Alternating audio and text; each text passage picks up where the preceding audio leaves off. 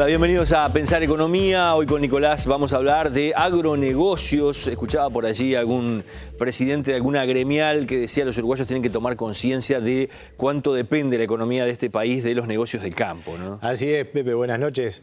Sí, es bien interesante porque creo que ya a esta altura buena parte de la población, si no toda, tiene claro que la evolución de la economía de estos últimos años ha tenido en el agro un protagonista clave, porque los precios externos de los alimentos han subido mucho por la demanda china, por el hecho de que también Europa, por ejemplo, y en menor medida Estados Unidos, han desmantelado subsidios, han reducido sus subsidios, entonces los mercados están más fluidos, más firmes, y allí un país como Uruguay ha tenido beneficios enormes. Y es por eso que se ha expresado un crecimiento tan interesante de la economía. No es el único factor, pero yo diría que está entre los principales. ¿No? Es fundamental, o está como de los principales. Además, el agro tiene una particularidad, el agronegocio, ¿verdad? El proceso de producción que arranca en el campo y llega hasta la agroindustria y los servicios. Tiene mucha capacidad de multiplicarse. El negocio agropecuario en sí mismo, por definición, es de relativamente baja rentabilidad, porque en la medida que hay un aumento de precios, enseguida vienen aumentos de costos, hay un aumento de producción, entonces se vuelve muy competitivo. Si el ganado empieza a valer mucho, claro, más gente empieza a producir ganado. Si la leche vale mucho, hay capacidad de producción de leche o de granos. Entonces los márgenes del negocio estrictamente son relativamente estrechos, a pesar de que en general hubo buena rentabilidad para el campo en estos años, ni hablar. Pero lo interesante es el repique. Lo que va para atrás, es decir, compras de insumos.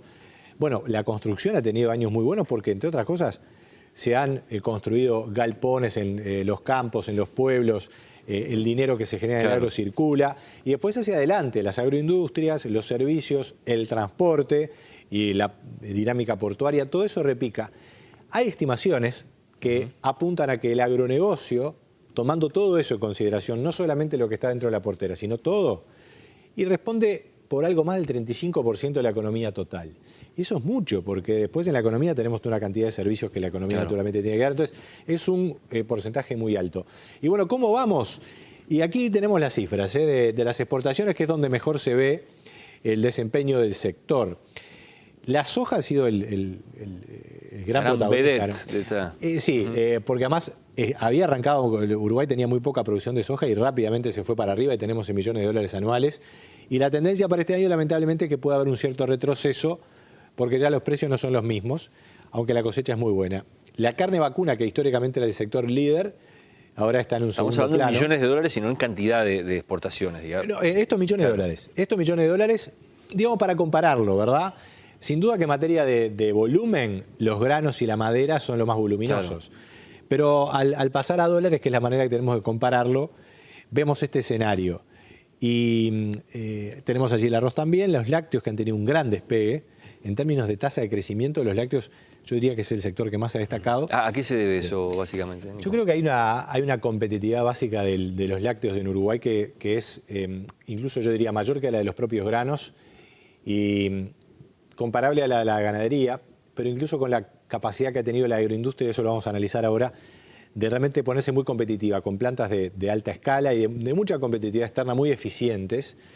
Y ahora lo vamos a ver, porque la pregunta es muy interesante. ¿Qué está pasando con el lácteo? Que no se habla tanto, ¿no? Eso como panorama general. Y pusimos la forestación simplemente cuantificando lo que es madera. Si incluyéramos la celulosa, que en realidad bueno, es una planta que está en zona franca, transforma y exporta, pasaría hacia arriba en el ranking, ¿verdad? Y además, sobre todo ahora, cuando entre Monte de Plata a producir, seguramente va a ser la primera. Ahora, cuando hablamos de crecimiento agropecuario, y aquí vamos a la siguiente gráfica que nosotros venimos a compartir con los televidentes, pues son datos nuevos que el Banco Central ha recalculado. Decimos, el agro crece. Bueno, pero ¿qué sector crece? Y bueno, lo que decíamos, crece sobre todo los granos, ¿verdad? Que es la gráfica oscura que se despega hacia arriba. La gráfica que está en amarillo de la forestación crece, pero más moderadamente. Y la ganadería permanece prácticamente estable. Y aquí es donde emerge alguna duda en el sector agropecuario, porque la ganadería vacuna, la producción de carne vacuna es un sector emblemático. Lo vimos en la gira del presidente Mujica, en la visita oficial. Es decir, es la gran carta de presentación que tiene Uruguay en el exterior, la posibilidad de tener valor para el producto cárnico, se han conquistado muchos mercados. Y sin embargo han pasado dos cosas. Por un lado, el propio avance de la agricultura le ha quitado las mejores tierras, entonces la ganadería ha tenido que seguir produciendo en tierras promedialmente no tan buenas. Claro. Desde ese punto de vista, que se haya mantenido no es mala noticia. Pero también hay algunos ruidos en la interna del sector. Seguramente los televidentes deben haber escuchado o visto que hay hoy por hoy instalado un conflicto, diría yo, como categoría así general, entre productores e industriales. ¿Por qué? Bueno, vamos a ir a la siguiente gráfica.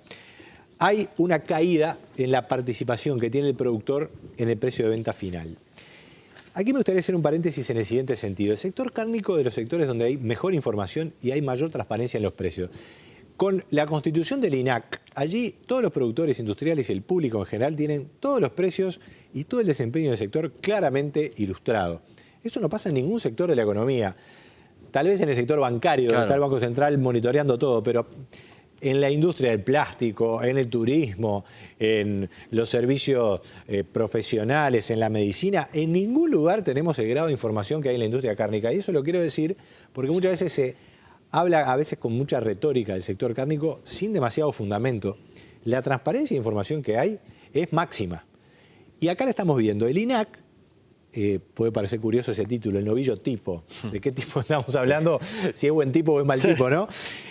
El novillo tipo es un indicador que elabora el INAC hace algunos pocos años, ya tiene su trayectoria, pero no es es bastante novedoso. Es un cálculo que hace el INAC con los datos de comercio interno y externo de cuánto recibe un frigorífico por la venta de todos los productos de un novillo.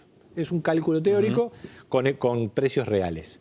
Y el precio, como ustedes ven, en los últimos años se ha mantenido. Pero el tramo que vemos... La industria se lleva mucho más. La industria se está llevando más.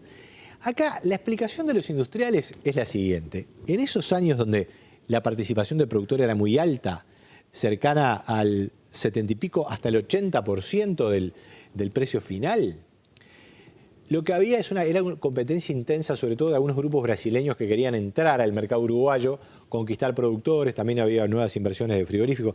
Había una competencia muy grande y se pagaban precios por encima de lo que, según los industriales, el mercado externo daba para conseguir mercadería. Algo que es habitual en cualquier sector. Claro. Pones un comercio y, bueno, querés competir vía precio, ¿verdad? Y, bueno, o haces ofertas o, en este caso, le pagas a los productores algo más. Cuando esta competencia ha culminado, eso es lo que dicen los industriales en este último año, el precio vuelve, desde el punto de vista de los industriales, a un lugar de equilibrio. Los productores no están nada convencidos con esta explicación y lo que dicen es que hay un acuerdo entre los industriales, que hay colusión, que hay una actitud de convenir precios para bajar el precio del productor. Además, hubo muy buenas lluvias, hay buena oferta de ganado y los frigoríficos aprovechan. Seguramente, la verdad de la historia combina todo esto. Porque es cierto que hubo una competencia interna intensa que ahora ha parado un poco porque, por ejemplo, el grupo Minerva, que es uno de los grupos brasileños, compró un frigorífico, el frigorífico Carrasco finalmente, entonces ya tiene una capacidad de trabajo mayor y ha aflojado un poco su competencia. Hay otros frigoríficos que se han establecido más. Y también es cierto de que hay una oferta ganadera alta, con ganado gordo, engordado con buenas lluvias y buenas pasturas, y los frigoríficos aprovechan. Y el tema más polémico es acá si hay acuerdo o no entre las plantas. Una cosa muy difícil de demostrar.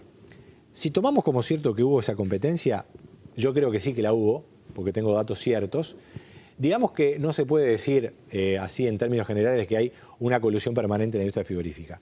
Pero es un mercado que reacciona muy rápidamente. Es decir, si hay un frigorífico que ve que hay colegas que están pagando menos, se va a acomodar al mercado. Aquí lo que importan son otras cuestiones, y es que haya la misma transparencia en la información que da el INAC, y en la medida que el productor ya no tenga tanta mercadería y tenga que engordar con más costos, los va a hacer valer.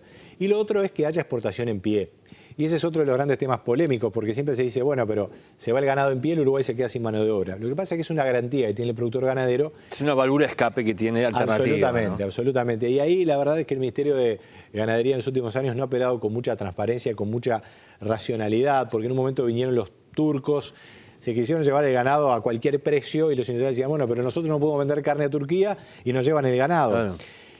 Se podría haber establecido algún criterio un poco más general, no fue así, bueno, quedó un poco enredada esa piola y la verdad es que hay una cierta incertidumbre por ese lado.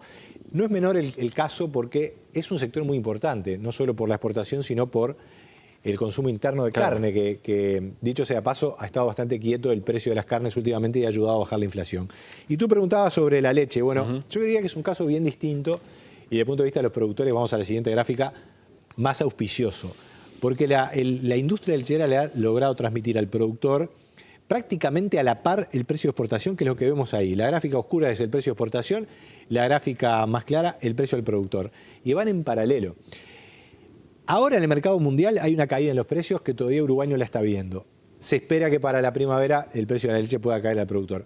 Pero la verdad que ha sido muy parejo y el productor ha tenido, sobre todo con Aprole, que es la empresa principal, el resto se maneja básicamente igual, con una gran competitividad, plantas de gran escala y sin mucha, sin complicarse mucho con grandes transformaciones de productos lácteos. Más que nada se vende leche en polvo, que es considerado un ingrediente para los alimentos del mundo. Se lo vende la Nestlé, Kraft, todas esas empresas internacionales que vemos, bueno, toman la leche en polvo uruguaya, es un ingrediente de los alimentos, muy competitiva, y logran este escenario para el productor, que comparado con lo de la carne, la verdad que está bastante mejor. Son ejemplos interesantes además porque sirven para aprender de economía en general, porque estas cosas también pasan en otros sectores. Gracias, Nico. Encantado. Cerramos por aquí Pensar Economía, los esperamos la semana que viene.